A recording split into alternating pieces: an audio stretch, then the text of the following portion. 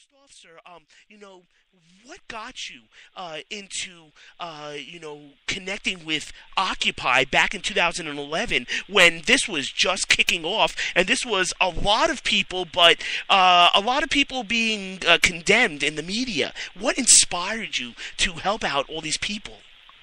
Okay, this is where I may get a little too wordy, because there were three distinct things that inspired me.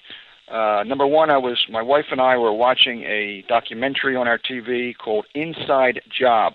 It was directed by Charles Ferguson, narrated by Matt Damon, and it had all to do with a 2008 financial collapse, and it showed how these bastards knew they were involved in stealing from the people.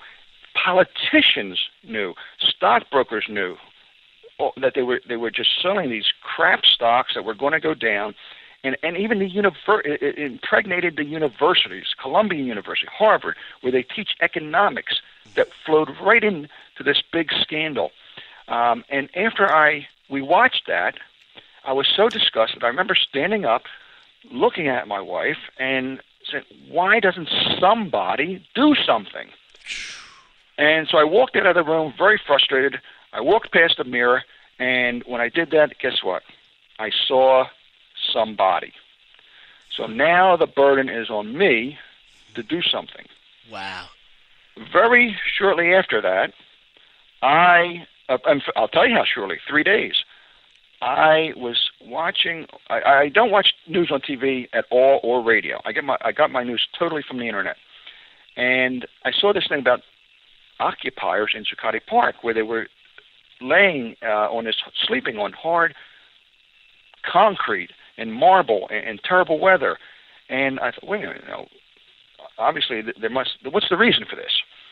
And as I delved into it, I was learning that they were being talked about in the mainstream media as this whole thing is nothing but a dirty bunch of lazy hippies who have no demands, no desires to do anything but raise a fuss. But it's interesting then, I read there was a declaration of the occupation. Yes. And I went to that, and what was so interesting about this declaration of occupation is, number one, it was written on September 19th. The occupation started on September 12th. Oh, wait, hold on now. Anyway, there's like about a 10 or 12 day difference of the dates. And here I'm thinking, wow, and all that confusion and all that organizing to get things settled, they took the time to write a declaration of the occupation. I found that on the internet. It was 23 bullet points. I read the first one. I said, you know what? I agree with that. The second one, wow, they're right on. The third one, I couldn't agree more. I got to the end of those 23, and I said I wholeheartedly agreed with every single one of them. And they all dealt in some way, shape, or form with the corruption of corporations. And that totally impressed me. The third thing, okay, now I said, I am somebody. I have to do something about this.